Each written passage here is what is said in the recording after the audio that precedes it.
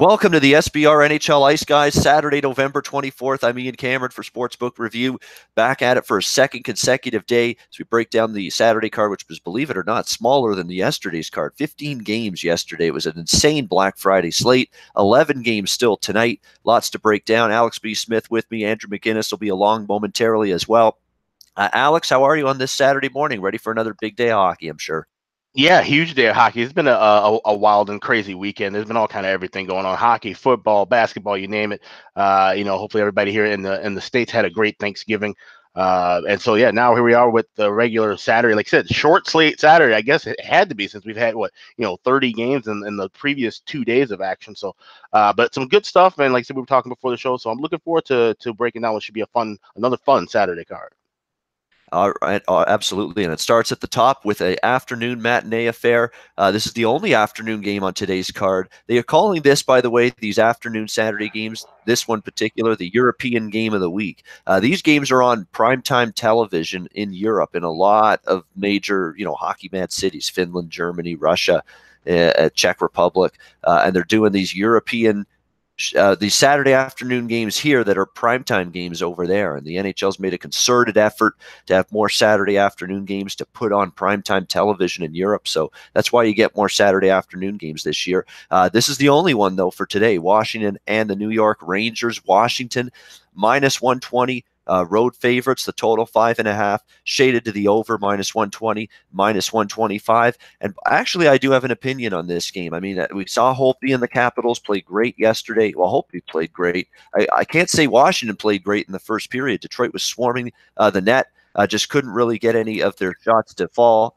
And Holtby held the fort, let Washington really start to wake up, get going in that hockey game. And finally, in the last two periods, we saw the Washington Capitals come around. They wiped out that deficit and ended up winning that game by a score of 3-1. Ovechkin with an absolute laser beam of a shot. What else is new there for one of the Washington goals? So definitely a situation where Washington are playing well despite key injuries. Kuznetsov out, Oshie out for this hockey team. Definitely concerns with them injury-wise, yet they've been able to overcome it, this Capitals group, and win their last 4 games against Colorado, Montreal, Chicago, and Detroit. On the flip side, you got the New York Rangers, who had been playing pretty good. This is a Rangers team prior to yesterday's 4-0 shutout loss against the Flyers. They had gone 7-2 in their last 9 games, played really, really well. 4-0 shutout loss yesterday, though, against the Philadelphia Flyers. Ran into a great performance from Cal Pickard in net for the Flyers. He was excellent. Rangers actually held an edge in shots, 46-31, despite the 4-0 shutout loss, but was just one of those instances where Pickard was really, really good in net. And the Rangers couldn't bury anything past him. Sometimes you're going to run into a goalie in a certain situation like that, and that was Pickard yesterday. In terms of goaltenders, and I stress this is one of my least favorite days on the betting board in the NHL of the entire year, because there's so many unknowns. There's going to be some players rested. There's going to be, a situation where goaltending info is not readily known right away. There's going to be a lot of goalies playing their backups. And again, you're going to have to pay mind to exactly who starts in net in a lot of these games. It's going to be tricky to determine that. So, and again, with all these teams playing back to back, you worry about fatigue, you worry about travel situations. So these are games where I really like to pick my spots and go lighter volume in the NHL on a day like this. This is probably one of the days where I really, really stress doing that and going smaller with some of these bets and in terms of the number of plays on a given day.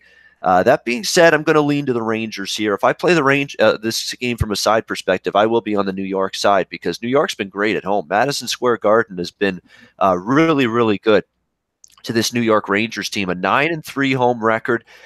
If you ask me, if you put my Kreskin hat on, I guess you could say, and try to picture who's going to be the goalies in this game, I think you're going to see Copley in net for the Capitals after Holtby was in yesterday. I think that's probably the direction that they are leaning in. It is likely that it's going to be Phoenix Copley. His numbers: 3.07 goals against, .899 save percentage.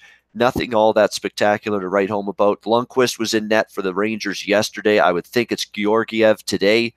for the New York Rangers in net. Georgiev's been better, though. He had one ridiculously awful start against Carolina early in the season. Since then, it's been a little bit of a different performance from this goaltender for the New York Rangers. He's played a lot better since then. So I wouldn't mind Rangers bet with Georgiev in net. They've been red hot at home, 9-3 at MSG.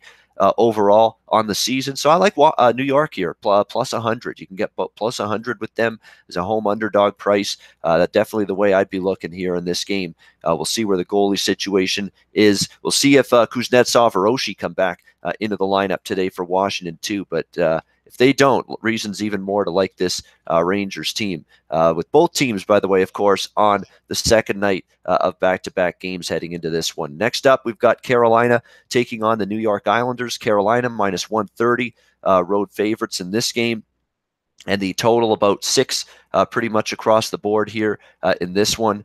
When you look at it with Carolina starting to really turn things up, and it started with that bad performance that they had against the Columbus Blue Jackets. It was last weekend. They were listless. It was a horrible performance, really, from Carolina. Rod Brind'Amour was not happy about it. Read his team the riot act.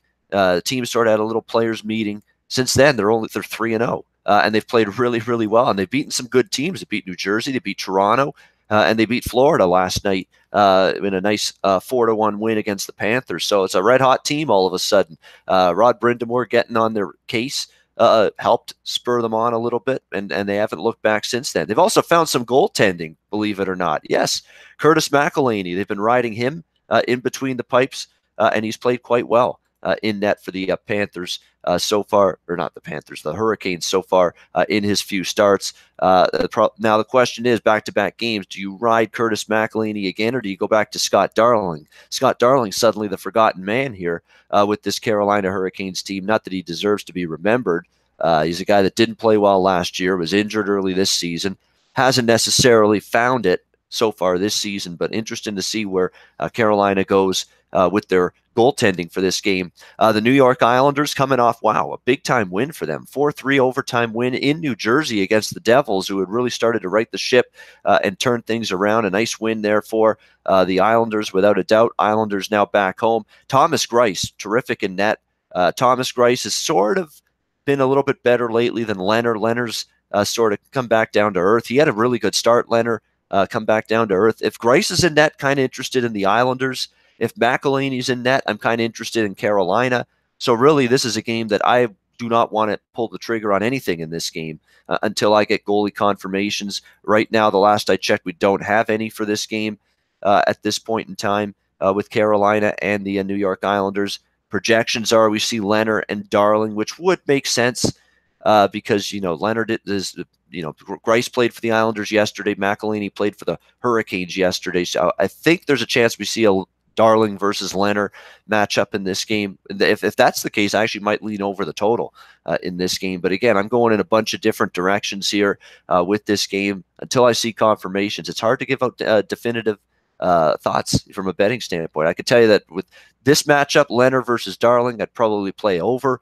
If it's McElhinney for Carolina, I'd probably play Carolina. And if it's Greiss for the Islanders, I'd probably play the Islanders. So there you go. I'm giving you one of 3 possible betting combinations for this game, and I'm not sure if I'll bet any of them. So just some leans for now in this game.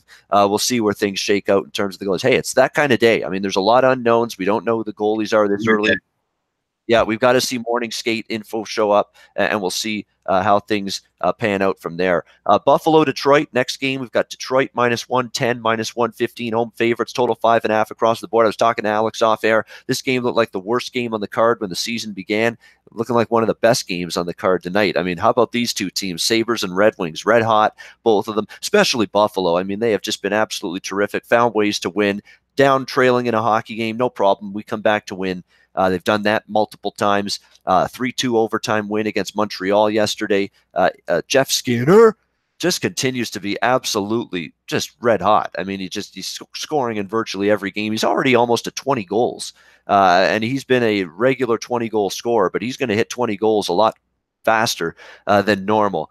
The one concern for Buffalo is they've played a lot of games in a condensed period of time. This is going to be like their 6th game in 9 or 10 days. For Detroit, they've had a little bit less games during that same span. They might be a little bit fresher back-to-back, especially with Buffalo having to travel. Well, both teams actually have to travel because Detroit was in Washington yesterday. They lose that game 3-1. That's the slight concern, but I'm still not betting against this Buffalo team right now. They're too red hot. They're playing great. They're finding ways to win. It's a reasonable price. I'm leaning Buffalo. I want to see again where the goalies go in this game, but if I bet it, it's Sabres or pass for me, just playing too well. The offense is good. Carter Hutton's been very good in net. And even if Linus Ullmark gets the start, he had one bad start against Montreal. He got pulled. Other than that, it's been pretty solid performances from him in limited action this season for the Sabres. So, again, Buffalo playing too well. Could only take the Sabres. We'll see after the goalie info gets announced if I make that official. But definitely, if I bet this game from a side perspective, would be looking at Buffalo here in this one. This is the first game for Alex B. Smith on his card, Sabres and Red Wings. I know he's been riding this Red Wings team a lot. Yeah, I think, and I know he did yesterday, and it was well worth a shot at that price, especially with Washington banged up. And there could have been a different result if not for Braden Holtby in the first period. It was absolutely outstanding, keeping Washington in it. We'll see if Detroit bounces back here. But Alex has thoughts on this game, Sabres and Red Wings. Alex, what do you like? Yeah, like I said, Detroit's been riding hot, and I've been cashing a lot of plus price tickets as well. And not just winning, laying prices here. As well as they've been playing, we've still been getting great value. And even in this game, I mean, obviously, like I said, both teams are playing really well, but I was expecting to see a much higher price here with Buffalo in the spot. 8 games in a row. You think they would be worthy of being even on the road, higher chalk, but we're getting a pick and price pretty much everywhere. So that's something to take note of. And also, with Tampa Bay not playing tonight, should Buffalo win this game, they'll be in first place in the Atlantic. I can't remember the last time they were in first place, around Thanksgiving weekend. It's been quite a while for that team. So that's got to be a positive boost for the fan base, for the club, everything. So, but with that being said, Detroit playing really good hockey, looked amazing in the first 20 minutes of action yesterday against Washington. Last 40 minutes, not so much, except Braden Holtby kind of stealing that game away for the Capitals. I expect to see a good bounce back here from Detroit at home, where they've won 6 of their last 7. They know they're playing a top tier, at least for right now, in where we are, a top tier opponent. I think they'll be fired up and looking to try and get back on the winning road here. So a home dog, essentially. I'll be looking at playing the Red Wings at least one more time. All right, looking at Detroit here in this surprising battle of red hot hockey teams coming into this game. It's something to see what Buffalo's doing. How they might be first place in this division at any point this season. I don't know if many people saw that coming. And if you remember back in the season preview shows, I said Buffalo, look out for them. They're going to be better. But I didn't think this would be possible, that they'd be looking at first place in the division late November. I didn't think this kind of good would happen for the Buffalo Sabres. I just thought they'd be much improved from last year, maybe battle for that 8th playoff spot. They're looking like what they want better and bigger things than that right now, the way they're playing. But we'll see if they can keep it up. It's a long season, remember. This is a nice run Buffalo's had, and it's been great. Let's see where they are in March. All right, let's revisit this in March. We'll see where they are. I mean, can they keep this up now until March and April as we wind down the regular season? Can the Sabres maintain this level of play? That's going to be the big question, especially as the season progresses. You're going to encounter more and more injuries. But right now, Buffalo obviously really, really clicking. Their offense is clicking. They're playing sturdier for the most part in their own end, and they're getting the saves from Carter Hutton right now. It's been impressive to watch. Columbus and Pittsburgh. The next game, we've got Pittsburgh minus 145, minus 150. Home favorites here. The total 6.5 across the board. Columbus beating Toronto last night 4-2. Gaining some redemption for losing to the Leafs on Monday night in Toronto, letting that game slip away. Pittsburgh, well, we thought, hey, 5-1 win against Dallas, maybe a chance to get on a little roll here for this Pittsburgh team, and didn't play terrible last night. It was an even game for the most part against the Boston Bruins, but fall short, losing overtime 2-1. Tough loss. I mean, a good effort from Pittsburgh. You can't fault the effort. Just, it's an overtime game, coin flip. Could have went either way, and just unfortunately for them, it didn't go their way. And Boston, with all the defensive injuries, with no Bergeron, still finds a way to win. Halak was very good in net as well for the Bruins, and that 2-1 overtime win. Now Pittsburgh on the second night of back-to-backs. This is where it's a real tricky spot because it's back-to-back on the road. These are the teams you're going to really want to pay attention to, teams that are back-to-back on the road. And Pittsburgh is one of those teams. They were in Boston last night. Now you're in Columbus tonight. Again, not a big, long travel, but still back-to-back on the road. It's never an easy spot. Columbus now playing, again, very good hockey for the most part. Really, the only loss for them recently was that loss against Toronto on a Monday night. They played really well. Bobrovsky's played pretty well, but here's the catch. Probably not going to see Bobrovsky, or I'd at least be surprised if we see Bobrovsky in this game tonight. Back-to-back situation. Maybe they'll ride him just because he's been playing so well. Tortorella's funny like that. Tortorella has done this before, where he's actually gone to Bobrovsky when he's really feeling it, when he's really playing well, like he is now, and he'll go back-to-back with Bobrovsky in net. And this might be the time to do it, because I'll be honest, Korpisalo has been absolutely abysmal, absolutely horrendous in most of his last recent starts. So if I'm Torts here, seeing Bobrovsky in net would not shock me. This is another game where my potential bet on this game looms large on who the goalies are in this game. You saw Jari in net for Pittsburgh last night, making his first start of the season. Matt Murray's on IR, so Matt Murray's going to be a guy that's not going to see the net for at least a little bit. Jari last night, probably DeSmith tonight for Pittsburgh. Either way, Pittsburgh, these young kids, they're just trying to get their feet wet in the NHL. Jari and DeSmith, it's a tough spot for them to be in, trying to pull this team out of a long slump that they've had. But that's the spot they're in, unfortunately, right now. If it's Bobrovsky, definitely have some interest in Columbus, because I'm telling you right now, Pittsburgh at this price range, -150 against anyone, especially the way Columbus is playing right now. I'm interested in Columbus plus price, especially if a goalie Bob confirmation ends up being made. But if it's Korpisalo, I don't think I could do it. I really don't, because he has been really labored, really had a tough time keeping the puck out of the net in his recent starts. I'd probably be inclined to look over the total if Korpisalo is in net here for the Columbus Blue Jackets in this game. So again, looking over if it's Korpisalo, probably looking at Columbus if it's Bobrovsky. That's all to be determined. So we'll see how that the goalie, again, the starting goalie confirmations play out in this game. Might even be worth a shot even with Korpisalo to maybe take Columbus here, because it's hard to, like, +130 for what has clearly been the better team and better form for the whole season, especially the last 2 weeks. That's not something that's unreasonable in my mind. So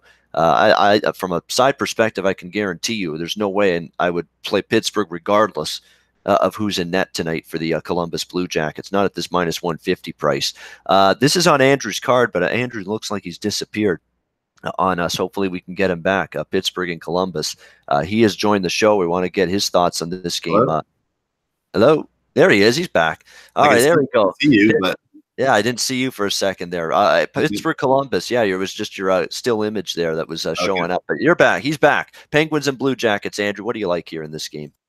Yeah, well, Ian, I talked about this game yesterday briefly, and as the day went on, more and more I actually liked the Pittsburgh Penguins yesterday. And I understand what you're saying about their effort yesterday, but to be quite honest, with the star production that they have, and I know I can't always just go based off a lineup and based off paper, but for a guy like, first of all, with a guy like Matt Murray out, you've got DeSmith, and now you've got Jari, who, of course, we all know Jari does great in the AHL, but just a couple days ago he's in the AHL. Now he's up making tremendous saves, keeping his team alive. I mean, let's face it, I'm not sure where that Penguins team would have been last night without Jari.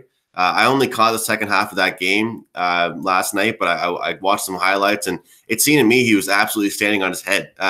For some reason, I think that, it's like you said, Ian, and I fully agree with you. It's really important, and that's almost a good lesson that you just taught everybody, is that just reputation-wise, it's not good to base your betting off that. I mean, it's always good to, not always basing it off the odds, but looking at the way Pittsburgh's been playing so far this year, the way Columbus has been playing so far this year. Does Pittsburgh deserve to be laying anything like that whatsoever? Probably not.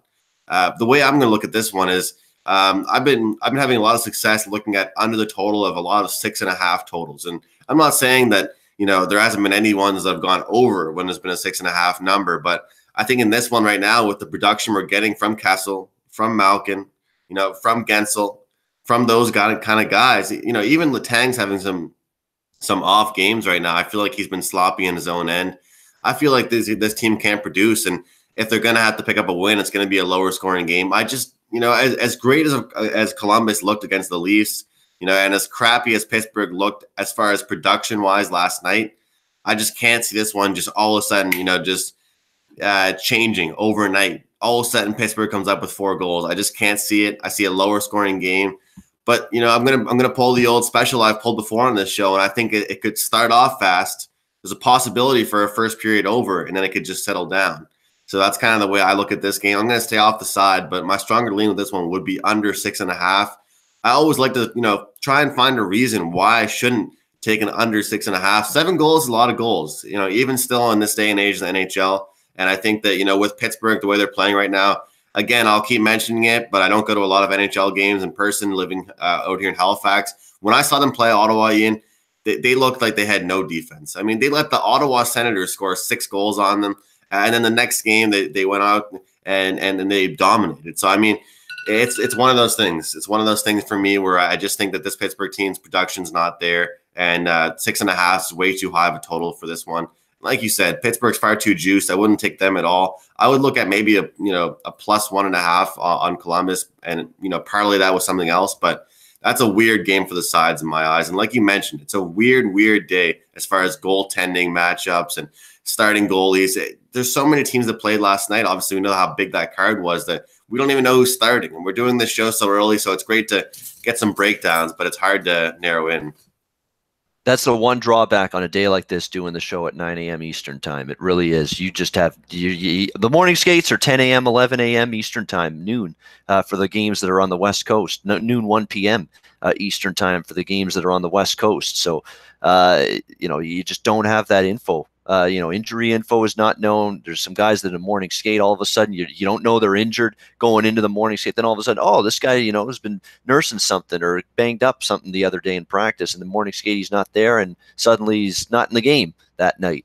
And you don't know that stuff at this early in the day, unfortunately. But we do the best we can, no question, with info. And on a day like this, it's tough because, again, hardly anybody's confirmed their goalies for tonight. We know everybody except the LA Kings is on a back-to-back tonight here on this Saturday card, so we just don't know. I mean, we're waiting for the goalie info to get confirmed. We're waiting for injuries info to be confirmed, especially like Washington's a perfect example. We've got 2 of their key cogs out, Oshie and Kuznetsov. They didn't play yesterday, questionable to return today, but we don't know for sure yet if they're going to be back or not. We got to wait till the morning skate takes place for that to happen. So a lot of unknowns right now. Again, be careful with today. I'm going to stress it one more time. This is one of those days where I really go light with the NHL card. Really, really go light.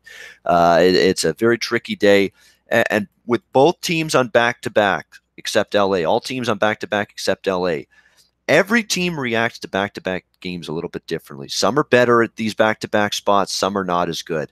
I mean, you're sort of like playing Russian roulette a bit. Who's going to have that energy level in the third period when you're playing your 6th period of hockey in a 24-hour span or approximately that? Who's going to have that gas tank to find a way to pull it out? You're guessing in a lot of situations. You really are, especially this early in the season where the sample size and win-loss records of teams on back-to-back games is very small.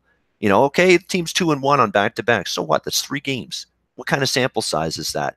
This early in the season, monitoring teams in these back-to-back spots is very tricky. I'm more comfortable looking at back-to-back records and results in these spots in January, February, March, later in the season when we have a lot more sample size and a lot more games under our belt. But this early in the season, it's difficult. I mean, to figure out who's going to rise up, who's going to be able to deal with these kind of spots, second game in back-to-back days off of Thanksgiving holiday, and who's not. So I agree. This is always a game or a day, I should say, on the card where I tread lightly.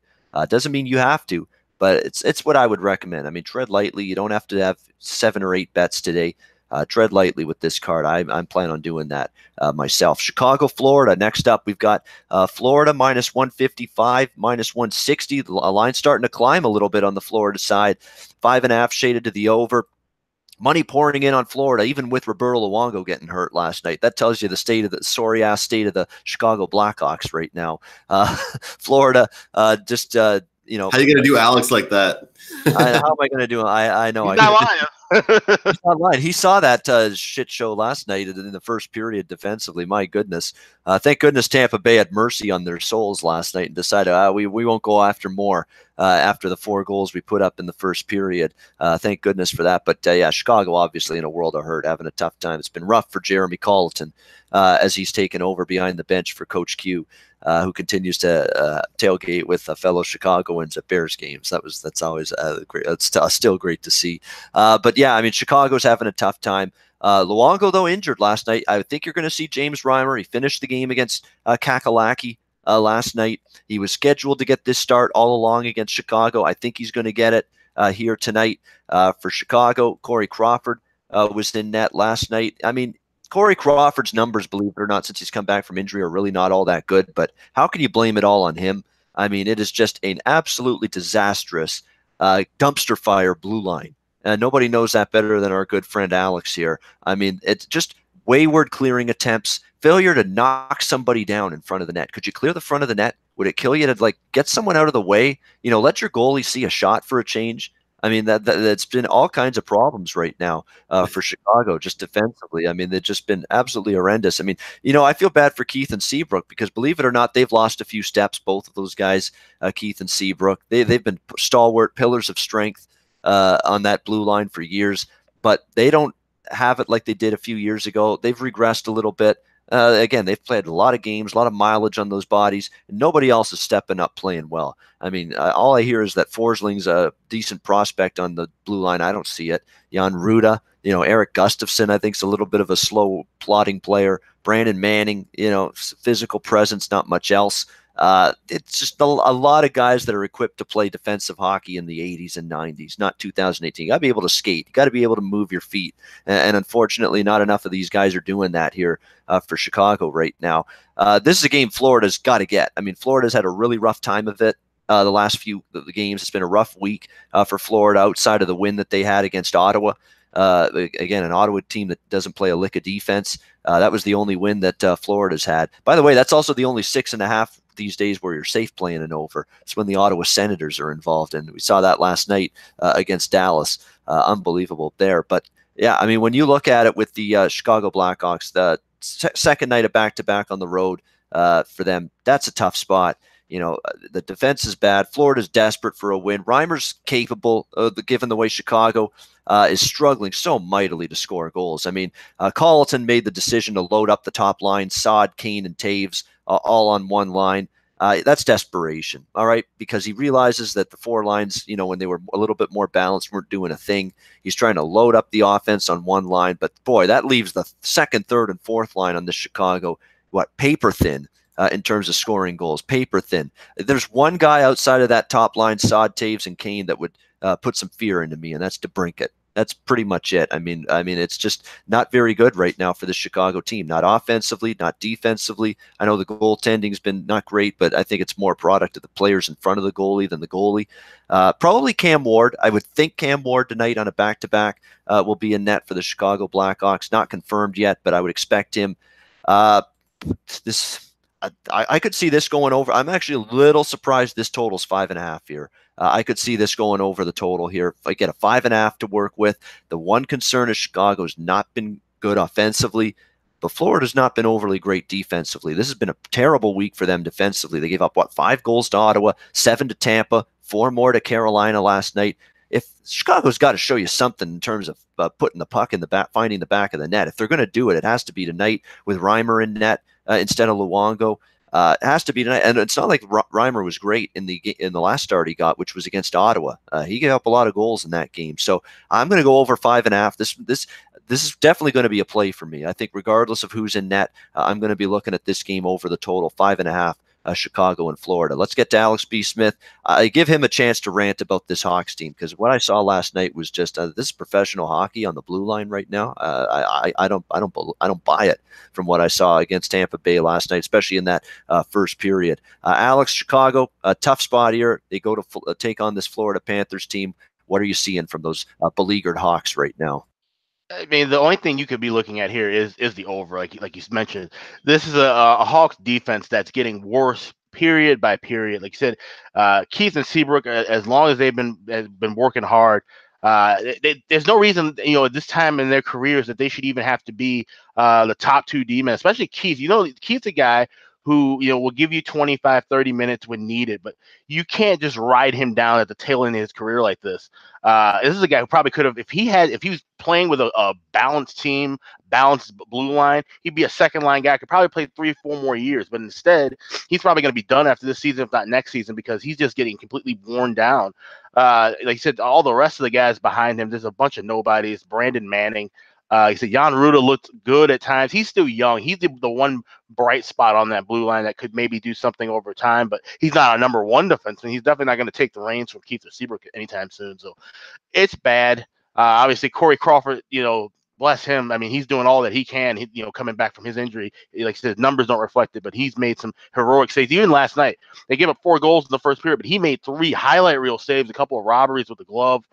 He's been as sharp as he can possibly be with, a bunch of, pylons and trash standing in front of him. So that being said, Florida struggling defensively, another injury to Roberto Luongo. So like I said, James Reimer more than likely going to be playing. It's a team that has given up 4, 5, 7, 5, and 4 goals in the last 5 games. So I think the Hawks are going to wake up a little bit offensively. Except Brandon Saad, at least he's starting to show up and actually put on his uniform, skating with Kane and Taves. The guy's been, scoring a little bit. He's really kind of been the only guy as of late because that heavy top line. So I think we see some goals coming from both actions. I don't know who's going to win this game. Definitely not going to bet the Hawks, but I think we see enough to where we should be able to get this 5.5. Like I said, lucky that it's not 6 shaded to the over, that we're even getting a 5.5 at a decent price to the over too. So Hawks and Predators over 5.5. I'm going with that. I'll be honest. I mean, 5.5 and the over's minus 115. It's not even minus 125, minus 130, heavily juiced. It's minus 115 in a lot of spots. I'm actually a little surprised. I thought it would be 5.5 heavily juiced or a 6 shaded to the under in this game with the total Chicago and Florida. I think it's a good bargain here, especially because you got a bad Chicago defense, a Florida team that's given up goals. I'm trying to go back and see Reimer's game results so far this season. Let me see here. He came in relief for Luongo against Tampa. He came in relief for Luongo last night against Carolina due to injury. So he's actually played in each of the last 2 games for Florida in a relief role, but in a starting role, he's given up 3 goals or more in 3 of his last 4 starts. He gave up 3 to Jersey, 3 to Winnipeg. He only gave up 1 the first time he played Ottawa, and that was a home game. But on the road against Ottawa last week, he gave up 5 goals. So again, the second time Ottawa saw him, he gave up a lot more. So there's been more, mediocre starts than good starts so far as of late for James Reimer. So I do agree. Alex and I both liking the over in this game. Winnipeg, St. Louis. Winnipeg minus 125. Total 5.5 shaded to the under in this game. Man, is that frustrating watching the Blues do what they did last night, because I took St. Louis in the over the first game under Craig Berube. Both of those lose. Both of those cash with ease last night, and I don't take it. St. Louis and the over get the job done with a big-time win against the Nashville Predators as they get the first win for Craig Berube in an interim coaching role since Mike Yeo got fired. Now does St. Louis build off it? It's just 1 game. It's just 1 win. Nashville didn't really look like they were taking that game all that seriously, to be honest. They were flat from the beginning in that game. They didn't have Rene in net. They had UC Saros, who, to be honest with you, struggled more than he's been good so far this season in net for the Predators. So can St. Louis keep it going here against Winnipeg, who just did us wrong, did us a dirty, with my play of the day, or my best bet on the show yesterday. Winnipeg Jets, we took them at a plus price against the Minnesota Wild and coughing up a 2-0 lead that they had going into the third period. Minnesota roars back, wins 4-2. Once they got that first goal, Minnesota, and remember, Minnesota is playing with playoff redemption, but that's a bad loss still for Winnipeg. They've now lost 2 in a row, the Jets, against Calgary and Minnesota. Very, very difficult loss for them, but not able to protect a third period lead. Minnesota came on very, very strong, dominated that third period. They were full marks for winning that game. As tough as it was a beat with Winnipeg, Minnesota earned it. They had a way better third period. They were in the Winnipeg zone for the entire final 20 minutes. They deserved the win. Period. End of story. I know it's a tough beat, but I'm not going to scream and say, oh, they got robbed, they got screwed, they deserved to win. They didn't deserve to win. Third period's winning time in the NHL. And if you don't play well in the third period, chances are you're not going to win the hockey game. And that's exactly what happened with Winnipeg. They were outplayed throughout that third period by Minnesota. So you got Winnipeg off a loss on the road for a second straight game. I do like Winnipeg usually off a loss, but I'm going to give St. Louis a chance here to show me they can maybe string 2 wins together. I think it's converging viewpoints for me from a side perspective. It's going to be a pass for me in this game. Really not going to get involved either way from a side perspective in this one, but should be an interesting game. Can the Blues maybe get some wins together, get some momentum going, and can Winnipeg bounce back from now 2 tough losses in a row that they've suffered? They just weren't ready to go against Calgary a couple of nights ago, and they didn't finish well. They didn't start well against Calgary. They didn't finish well yesterday against Minnesota, lacking that 60-minute effort. We'll see if they can bring it here tonight.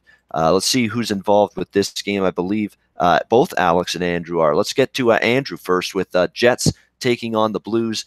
Andrew, what do you like here in this game?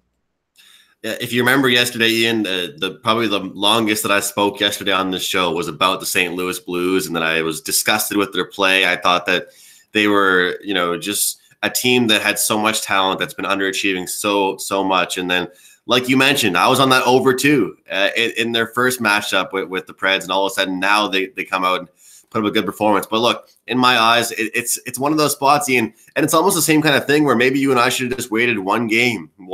Same thing with, yesterday I liked Pittsburgh because Crosby's comeback, and maybe I should have waited one game because I think they'll take it tonight, but that's a different story. But looking at this one, I think that realistically, whether anyone likes to think it or not, I think that win last night for St. Louis definitely helped decide what the odds would be. First of all, I don't think it should be 5.5 for the total.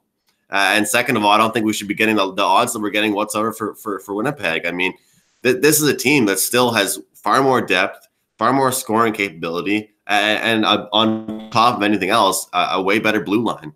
You can get this Winnipeg team at a $1.23, $1.25 spot at a lot of places right now. And you just, as far as strictly recent history, in the last 3 games head-to-head, Winnipeg has dominated. They've scored 4.7 goals on average during those past 3 head-to-head matchups, where St. Louis just scored 1.6. They're averaging bunches and bunches of shots. They're 10-2 straight up against St. Louis in their last 12 matchups against them. And it's almost one of those spots to me where it's like, hey, St. Louis goes out. Sure, they proved they have a couple goals, but who do I like better? Back-to-back performances from St. Louis or a bounce-back spot from the Winnipeg Jets? And, I understand throughout the show we're going to say it's a weird spot for every team on this Saturday card. Typically, you don't see a lot of busy Fridays for the NHL, but of course yesterday was while we had a show. But I think with the odds we're getting, -120, -125, I think there's value in Winnipeg money line and value in the over as well. I'm not buying what St. Louis is selling after one good performance, one game. And like you said, not to cut them short, but realistically, Nashville was way too satisfied with their win earlier in the week, and they didn't show up for that game yesterday, guys. All right, Jets and the over. Andrew liking both of those. 2 meetings already between these 2 teams, and they both got to 6 or more goals, and that would cash an over here. 5-1 and 5-4. The 2 previous games, both of them won by Winnipeg. Winnipeg's really dominated St. Louis too. 8-2 in the last 10 meetings, 6-1 the last 7 trips to St. Louis. So yeah, definitely good stuff from them.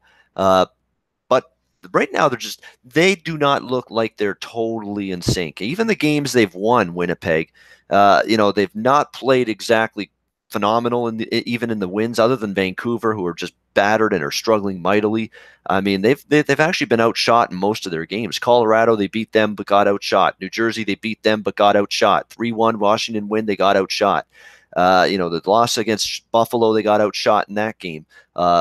The loss against Minnesota yesterday, they get outshot 39-28. So there's a lot. They're giving up some stuff. They're giving up some chances. I think there's value in this over. I do agree there. I think St. Louis wants to play faster under Berube. Remember, Mike Yeo was so hamstrung or so hell-bent on the defensive side of the puck for years, going back to when he was with Minnesota as well. And I think the St. Louis team is going to be able to at least play a little bit more offensively minded.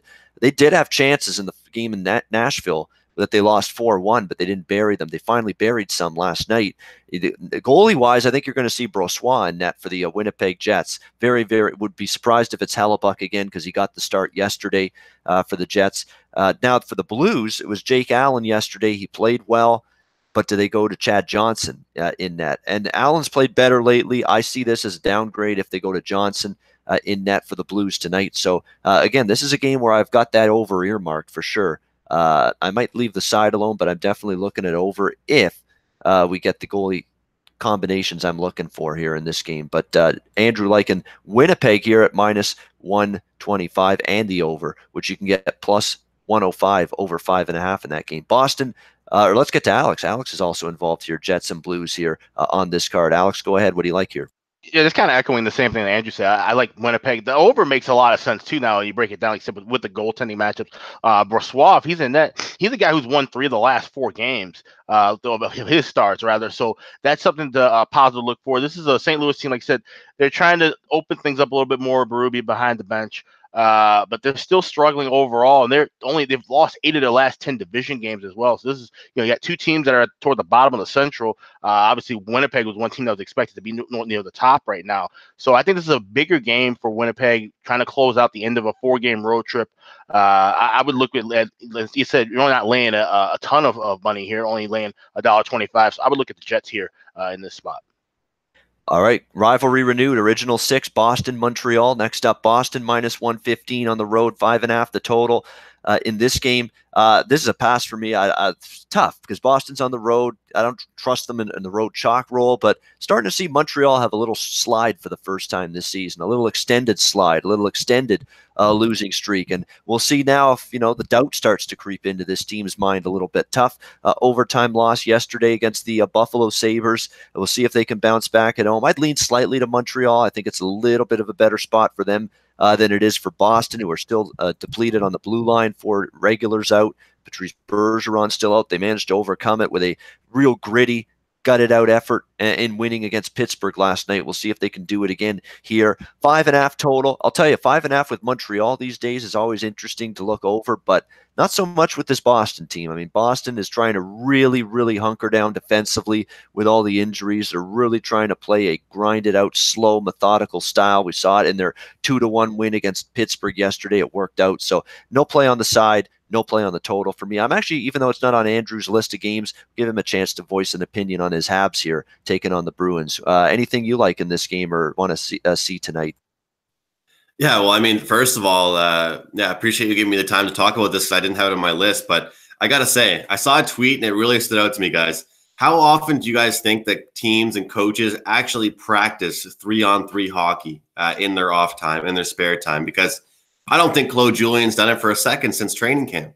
I feel like they go out there and they're just fucking around for 5 minutes and all of a sudden the game's over. I mean, you've got a reckless player like Jonathan Drouin that goes out there, thinks he's playing shinny, and he can't even control the puck. I mean, I saw him play junior here in Halifax, and that worked when he was younger, but you can't not take care of the puck like that. You've got a guy like Kotkaniemi out there, and I feel like he's still nervous half the time he's out there in overtime. You've got guys that you got to be able to trust and take care of things. I mean, even Max Domi, I've told you guys I've been impressed with him, but he's still not that guy. It's going to go out there in overtime, make a big difference, make an immediate impact. I mean, how many games are they going to lose in overtime before they start practicing or do something?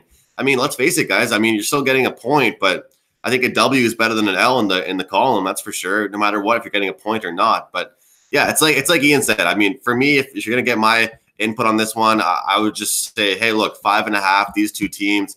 Recent history does say under for like a larger scale between these 2 teams. A lot of it has been a 6 though recently.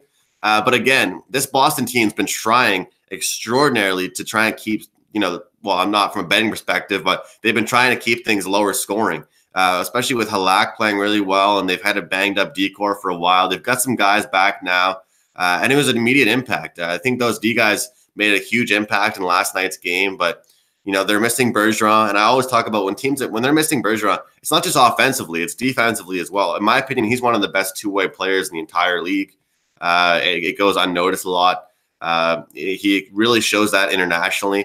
But look, I don't think you can go wrong in this one with the over 5.5. But to be honest, I think this is a good spot for the Montreal Canadiens. I think that based off the way they played last night, the way we've seen from them recently, they wake up for the bigger games. I'm kind of missing my buddy Dana Lane saying this, but I think they're waking up with their bellies a little bit more hungry for this kind of game against the Bruins. And I I think the Bruins are a little satisfied with that game against the Penguins last night. So give me the Habs in this one, guys. Not a homer, but I'm taking it here. All right, there you go. Well, it's a lukewarm play because it wasn't on Andrew's list of games here. So yeah, it's a lukewarm opinion, but I agree. I don't think it's a homer play. I think from a spot perspective, I should say it's a little bit better. And yeah, that definitely was a Dana Lane saying. Hopefully he's doing well. Actually, Alex will be talking to him soon, I think, because he does a show, and I think Dana's part of that football show he's doing later this morning. Yeah, Philly and Toronto. We've got Toronto minus 160 home favorites, total 6.5 here in this game. Toronto's struggling all of a sudden. 2 losses in a row. My goodness. What's happened to this team? They're falling apart. I'm kidding, of course. Yeah, but 2 losses in a row. Minor concern, minor blip on the radar for the Leafs here. Back-to-back losses on the road against Kakalaki and Columbus. We'll see if they can right the ship here against the Flyers. You got to lay a heavy price to do it, as usual with Toronto at home. Garrett Sparks, I would think, is a net for them tonight. I think Freddie Anderson needs a little break. He got the start against Carolina. He started every game this week. Started every game but one on the road trip last week, and they're trying to get Sparks in there once every week, 2 weeks.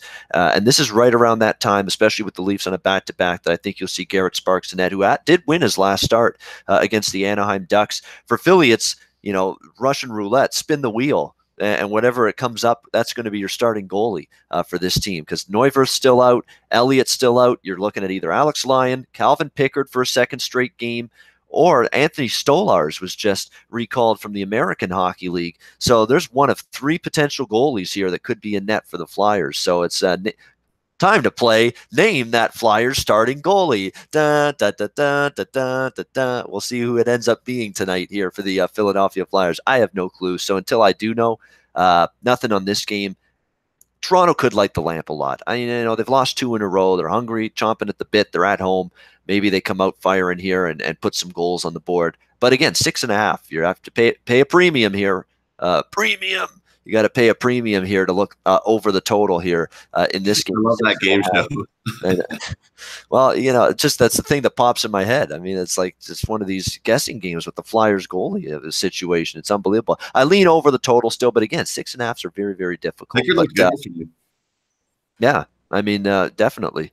If it's Pickard in net, I won't be on this over, because Pickard looked really, really good yesterday for the Flyers. And the Flyers tried to clamp. They still gave up 46 shots, but a lot of those shots weren't of high quality for the New York Rangers. They did try to box out a little bit better. It was better defensively from the Flyers. We'll see if they're going to need to bring their defensive hat here tonight. No doubt about it, for this Toronto team, which should be frothing at the mouth after 2 straight road losses, now back home trying to get back on track. Next up, we've got Dallas taking on Colorado.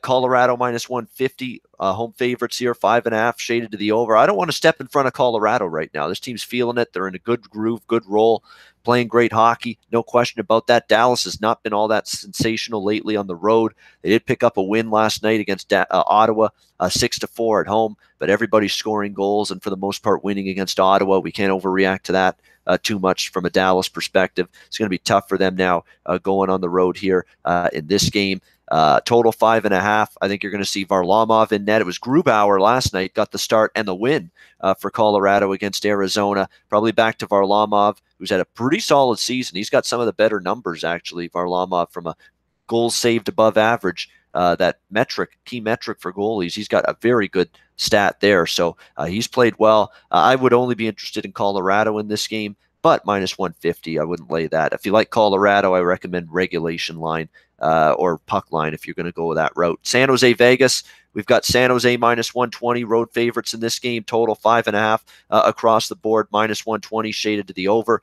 San Jose shutting out the hapless Vancouver Canucks last night, 4-0 home win, bouncing back from a loss to Edmonton in overtime the previous night. Aaron Dell with the shutout. How about that? Now, and with Martin Jones continuing to give up goals in bunches recently, Dell puts a little bit more pressure on Jones to respond tonight, because I do think you go back to Jones here for the San Jose Sharks in net. But Dell got the shutout last night, albeit Vancouver's Vancouver, but still a shutout win.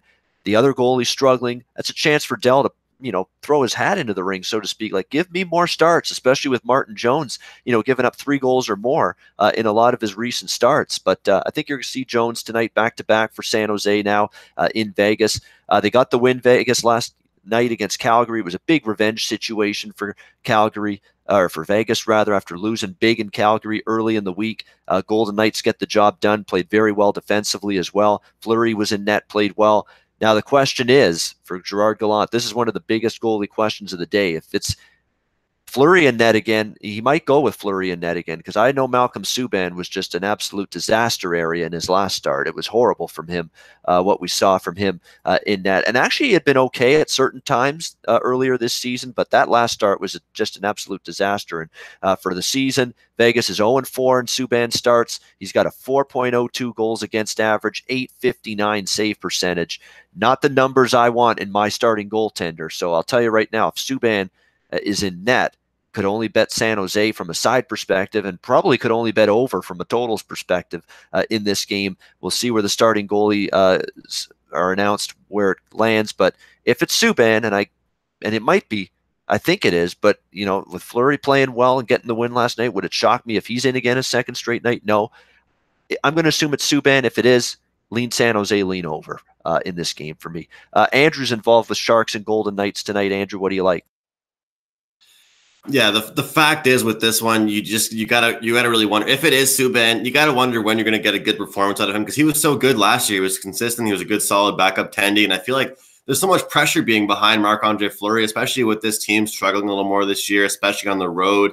But looking at this one, guys, I hate to kind of be laying some juice on my picks I'm giving out today, but I just think that Vegas is so talked about at home, and I think this is why even San Jose is not even bigger of favorites. But I think coming into this one, the goaltending depth, I think whether, Jones has been all right. He's stepping things up, but whether it's Dell, whether it's Jones, I think I like San Jose's roster a lot better. I think they've progressed as the season has moved on. And the biggest thing for them is that they've been trying to clamp down defensively. I mean, with the guys that they have, the guys they have on their lineup through paper, just looking at the matchups to matchups, they should shut down this Vegas team, and they have enough offensive weapons that they should be able to, spark enough life to get a good number here. But I don't really feel like touching the total in this one, honestly. I feel like this one could go either way. I feel like it could start pretty low scoring. Maybe look at a first period under, and then maybe a live bet, on the total throughout the game. But for me, I think we're kind of getting a steal here, to be honest with you, with the Sharks here. I think they're too talented right now. They got to string a few wins together. I think this. It's not just, look, they're playing Vegas at home. Vegas has to win at home. That's just not how it is. I think Vegas can come in here and put up a terrible game in my eyes. But I feel like if Subban's a starter, he's due for a good game here. So it could be a lower scoring one, which is why I'm not touching the total. But San Jose, in my eyes, is the play. They've looked like, to me, they've progressed as the weeks have gone on. All right, looking at San Jose in this game, Andrew, and we wrap it up with Vancouver, Los Angeles. Last game on the card, LA minus 210, home favorites, total 5.5 shaded to the over minus 120. Has it really gotten that bad for the Vancouver Canucks that we're now talking about the LA frickin' Kings laying minus 210 to anybody in the National Hockey League right now? Apparently it is that bad right now with Vancouver. It is hard to stomach a bet on Vancouver right now. It is. This team is just reeling big time. Really, I mean, neither goalie is stopping a puck.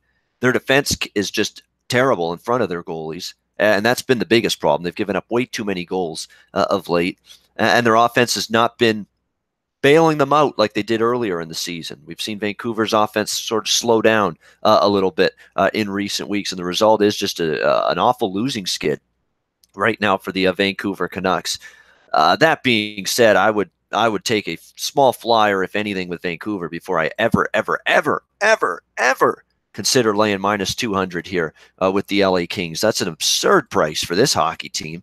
I mean, there's absolutely nothing to like with them. They absolutely got their brains bashed in by Colorado in their last game here on home ice, no less, coming off a road trip where they beat St. Louis in the game before Mike Yeo got fired. So that's not a big deal. They won that game. And Chicago, and we've spent a lot of the show trashing them. That's not a big deal. Those were the two wins for LA that they got prior to returning home from that road trip. And then they got thrashed 7-3 by the Avalanche. But again, the Canucks, we're talking about an 8-game losing streak now for the Canucks. It's really been a real tough go for them. But small flyer on them if I had to, but I'm staying far away from this game overall. No need to get involved. And if anything, LA does have a major rest edge. I mean, this is the one team that's not on back-to-backs here on this entire Saturday NHL slate. So that's a big scheduling situational edge for Los Angeles here, that they've at least had a couple of days off, whereas Vancouver's traveling from San Jose last night to LA tonight. So yeah, I mean, it's still crazy price on LA, but I'm not sure I'm in love with taking any kind of chance on this reeling Canucks team right now either. Andrew's got something to say about this game, Vancouver and LA. Andrew, go ahead. I'm curious to get my fellow Ice guys' takes on this, because I got in a little conversation, a little hockey debate shortly on Twitter with a Vancouver beat writer or some kind of Vancouver guy, and talking trades, talking drafting, talking stuff like that. And I mentioned with him, in my opinion, Ian, I know you were cashing some tickets earlier on in the season with Vancouver with some plus money, and you can't start a team, you can't build a team with mediocre goaltending in my eyes. And I think that this is coming from a Habs fan who's had Carey Price carrying the load for a lot of years. And I think that, with the talent they have with Horvat and with just Pettersson, Virtanen, so many guys, even Louis Eriksson, even guys like that, their D core is terrible. It's worrisome, but Nielsen and Markstrom are not the answer. They need to find something else. And, this guy was saying to me that, oh, well, what are you going to do? Trade away Markstrom, or trade away some other guys on the team that are youth talent, and then pick up a goaltender. In my eyes, yes, it's worth it. Do you go ahead and trade away a player like Taylor Hall for Larson? No, that's a dumbass move. But do you trade away Markstrom and possibly some other guy like Horvat? Maybe, to get a goaltender, to get some defense, because in my eyes, guys, in this day and age in hockey, defense and goaltending is bigger than those impact role players on offense. And it's sad to see, because Vancouver was cashing a lot of plus money tickets for us. But if anybody knows me so far this year, they know that I would say, why the hell are the LA Kings laying minus 230? It's laughable. It's a joke. I mean, they could win this game outright for sure, but why do the odds makers think that this team is so great all of a sudden? I've been saying it all. I'd love to have a chart in front of me right now, and I can pull it up, but I'd love to see the odds that they've laid in games that they've just got absolutely just friggin' hammered, just crushed. I mean, it's a joke. It's abysmal. And in my eyes, in summary, guys, I do think there'll be some goals in this game. LA's rested. They've started to step it up a little bit, but Vancouver, their goaltending's weak. Their D-core is weak. I had them circled as an over team at the start of the season. We're getting a 5.5 number here. I'd look over the total, but here's a little play, and I don't often do this, but I'm going to give this out here. We're getting a really good number here with Vancouver plus 1.5. I don't think LA will blow any team out. I think Vancouver will compete. So if you combine Vancouver 1.5 plus the Toronto Maple Leafs money line, you get a plus 160 price. And I think that's a really, really, really solid bet there. I think that Vancouver can keep things close, and I think that definitely Maple Leafs come back and bounce back here strong. How often you see them blow back-to-back performances, and they didn't really look good last night whatsoever. So, it's not really a play I give out too often, but minus 160 for the plus 1.5 on Vancouver plus the Maple Leafs money line. Little combo bet there. Not bad. That's actually pretty good. Vancouver to lose by only one, and then, of course, Toronto to beat Philly. That's not bad at all. Not a bad parlay. I certainly wouldn't talk you or anyone out of that one. Not bad at all. All right, best bets to wrap up the show for this Saturday card. It didn't go well with those yesterday, but hey, it's a new day, new money. Hopefully we can bring some with the best bets. Alex, what do you got for best bet? Got lucky with mine yesterday because it fell on a push, something that should have definitely lost. But I'm going to go back with one of those same teams with the Chicago Blackhawks and the Florida Panthers. I'm going to go over 5.5. You can find, like I said, around I actually found it right now at minus $1.11 at one shop. Like I said, these both teams playing horrific defense. So something's got to give. I don't see them just automatically turning into stone walls tonight, blue line or goaltending. So I'm going to go over with the Hawks and Panthers over 5.5. My best bet. All right, Chicago, Florida over 5.5 for Alex. Andrew McGinnis, best bet from you. Look, guys, I mean, I've bashed on St. Louis. I took them a couple days ago on the over as well, and they didn't get it done yesterday. They got it done, plus the over.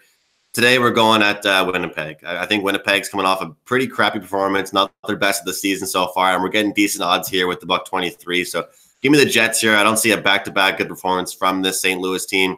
I don't see back-to-back 4 goals either from them, and I think Winnipeg comes out firing here. So give me Winnipeg, best bet. All right, Winnipeg minus 125, best bet from Winnipeg. Usually I try to give, a spread out the wealth, to have a different best bet from everyone, but it's not called bet. It's called best bet. And I'd be lying if I said anything was my best bet on this card in this show today other than Chicago, Florida, over 5.5. I'm right there with Alex on that one. Blackhawks and Panthers over 5.5. My best bet for this Saturday card. That's going to wrap it up. Great show, great Saturday, great week. Thanks to everyone for joining us, for remembering the different schedule we had this week: Wednesday, Friday, Saturday. We're back to the normal schedule this week, Tuesday, Thursday, Saturday. We're looking forward to that. 9 a.m. Eastern time. A new week of the NHL Ice Guys begins. Looking forward to that. I'll be back at 11 a.m. Eastern with the college football closing line. Me and Big Man on campus breaking down every rivalry Saturday college football game. Looking forward to that. For Alex B. Smith and Andrew McGinnis, I'm Ian Cameron for Sportsbook Review. Good luck this weekend. Enjoy the hockey action. We'll see you again Tuesday for another edition of the NHL Ice Guys.